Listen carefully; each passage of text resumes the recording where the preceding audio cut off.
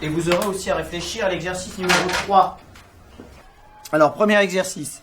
Pour la journée du 3 septembre, indique les heures de basse mer et les heures de pleine mer. Rétablit l'ordre chronologique des 4 mouvements de la mer. Chacun sait bien que l'école est une affaire fort sérieuse qui coûte très cher à la nation, avec des gens fort importants, des recteurs, des inspecteurs généraux, des concepteurs de programmes, des enseignants, des administrateurs. Et puis toute cette machine pour que les élèves apprennent, il suffit d'un petit grain de sable pour qu'elle s'enraye.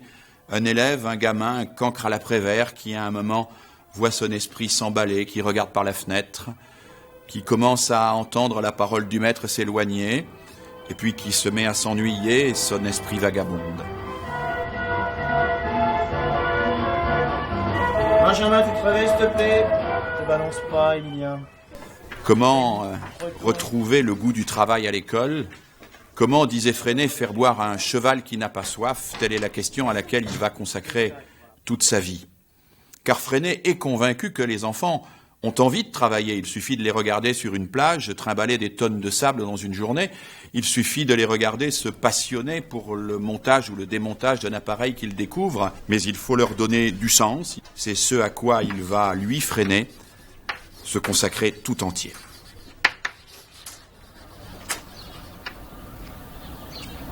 Je suis paysan et berger, mon seul talent de pédagogue est peut-être d'avoir gardé une totale empreinte de mes jeunes années, disait Célestin Freinet. Ces jeunes années sont celles d'un môme né en 1896 dans les Alpes-Maritimes. À l'école de son village, à Garces, un seul livre de lecture pour tous dans la classe. En 1915, Freinet est mobilisé et doit interrompre ses études d'instituteur. Grièvement blessé en 17, il insiste, la paix revenue, pour prendre une classe. Mutilé de guerre à 70%, il a été gazé. Il conserve de cette expérience une aversion viscérale contre l'absurdité des ordres aboyés, contre la discipline imposée. Suivant.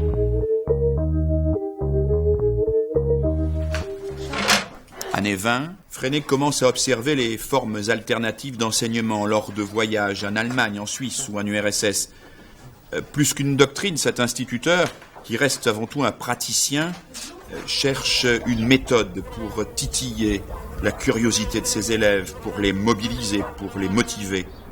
Il introduit par exemple la correspondance scolaire, l'imprimerie dans la classe. Là, le plaisir de fabriquer un journal amène les enfants à apprendre avec enthousiasme tout ce qu'il faut savoir pour rédiger un article. L'orthographe, le style, les règles de grammaire. Toute la partie conservatrice de la société supporte mal cet éducateur révolutionnaire. En 1933, amené par Maurras et le journal L'Action française, une très violente campagne aboutit au déplacement de Freinet. Le pédagogue ne se résigne pas.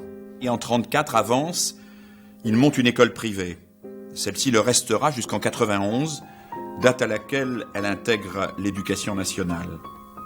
Engagé dans la résistance durant la Seconde Guerre mondiale, Freinet est exclu du Parti communiste au début des années 50, n'empêche. Son mouvement rayonne internationalement. Toutes ces techniques servent de boussole à de nombreux enseignants qui veulent construire l'école du peuple.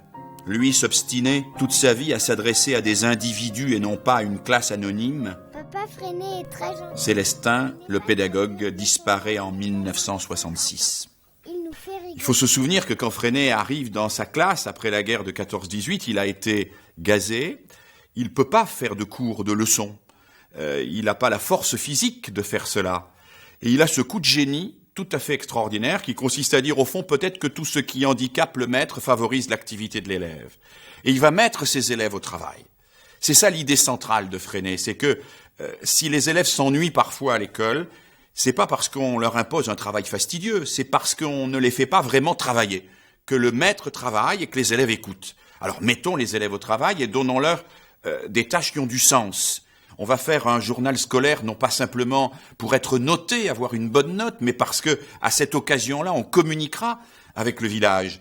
Et au fond, toute la pédagogie de Freinet s'inspire de ce principe. C'est le travail qui motive, c'est le vrai travail, c'est le travail qui a un sens, c'est le travail qui permet aux élèves de s'investir. C'est une classe qui va évoluer vers l'atelier, vers le laboratoire, et s'éloigner de plus en plus de cette classe sanctuaire, chapelle, dans laquelle un clerc annonce des savoirs pendant que les élèves tentent de recopier sur leur cahier. Cédric, tu nous lis le titre? Alors dans la classe traditionnelle, eh bien, il y a des règles traditionnelles. Les élèves sont assis les uns derrière les autres et puis regardent, écoutent. Vas-y Jonathan, tu nous lis donc l'explication.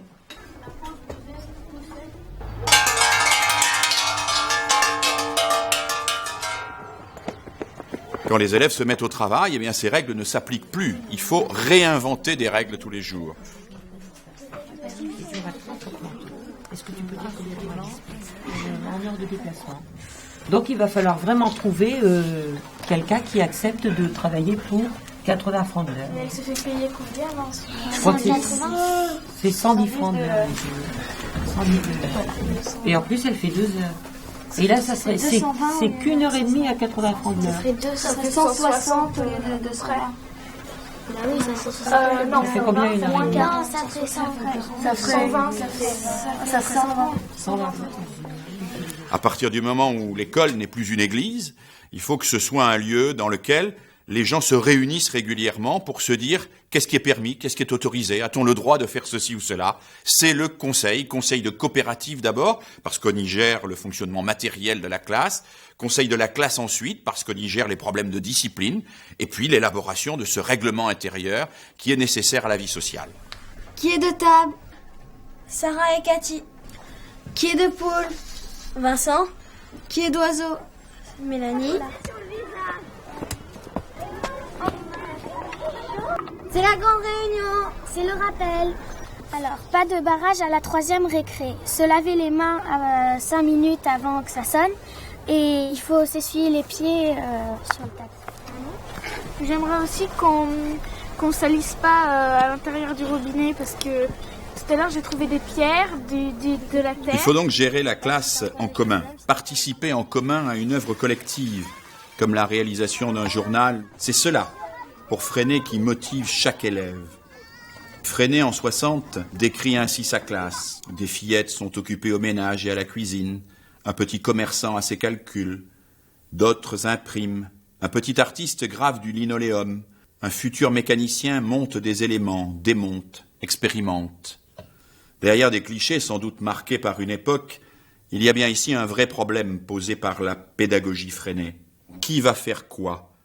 N'y a-t-il pas un vrai danger que seuls les plus compétents se perfectionnent dans ce qu'ils savent déjà et que les autres soient exclus? Lorsqu'on veut faire un bon journal, on peut toujours demander à ceux qui ont des spécialités. Il y en a qui savent mieux faire les dessins, alors on va leur demander s'ils veulent bien faire des dessins, d'autres des textes, et d'autres des comptes rendus et tout. En fait, chacun a un petit peu une spécialisation et on l'utilise. C'est difficile, mais on essaye de prendre ceux qui ont du mal pour aussi qui s'habituent et qui font des bons dessins, des bons textes. Freinet va alors prendre conscience d'une tension très forte qui travaille toute la pédagogie et toute son œuvre en particulier. C'est qu'il faut donner du sens au savoir par une activité collective, mais il faut être attentif aussi parce que l'école, c'est pas une usine. On n'est pas là pour fabriquer des automobiles qu'on met sur le marché, on est là pour apprendre. Et donc pour que chacun puisse progresser. D'où l'idée de Freinet d'introduire, pour contrebalancer les effets un peu pervers de ce travail de groupe, des brevets individuels. Alors on va passer des brevets d'orthographe, brevets de natation, brevets de chasseur de papillons, et puis des plans de travail qui vont être négociés avec chaque élève. Chaque élève va devoir en quelque sorte se donner des objectifs à lui-même pour qu'on garantisse tout à la fois l'intérêt, la motivation, mais aussi, ce qui est très important pour lui, la progression de chacun.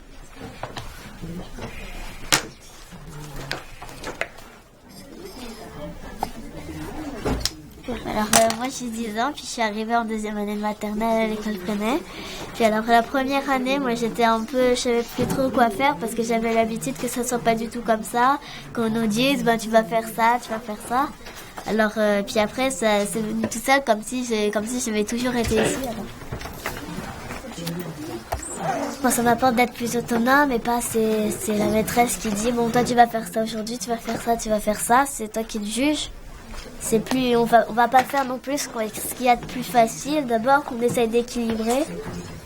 Alors c'est moi qui gère mon temps moi. Par exemple c'est moi qui se dit je vais par exemple aujourd'hui je vais faire un problème.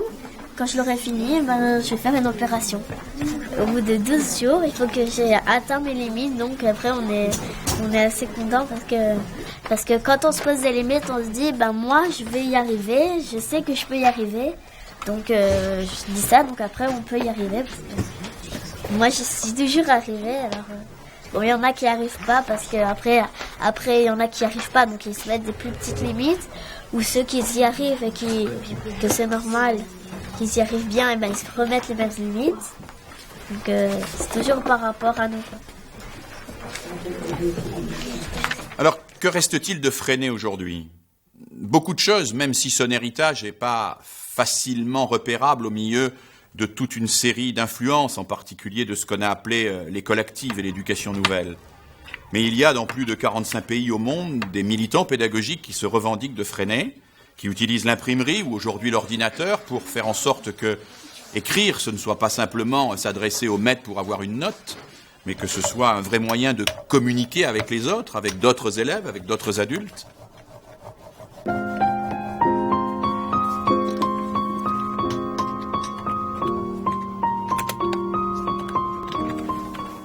Et puis Freinet a tellement labouré sur une question tellement essentielle qu'il est devenu un des penseurs de référence. Un des penseurs de référence pour une modernité qui sait de moins en moins comment motiver les élèves au savoir. L'instruction est obligatoire, c'est même dans la Constitution, mais l'apprentissage ne se décrète pas. On ne peut pas décréter qu'un élève va apprendre, il faut l'amener à apprendre lui-même. Freinet n'a cessé de le dire, on ne fait pas boire un cheval qui n'a pas soif. Et un cheval, lui, finit toujours par avoir soif. Il suffit qu'il fasse chaud et qu'on le prive de boire. Un élève, même s'il fait chaud, et si on le prive du théorème de Pythagore ou de la règle de Troie ou de l'accord du participe passé, ne viendra pas nécessairement vous le demander. Il faut donc ne pas se contenter d'attendre quand il s'agit de faire naître le désir de savoir, mais créer des situations.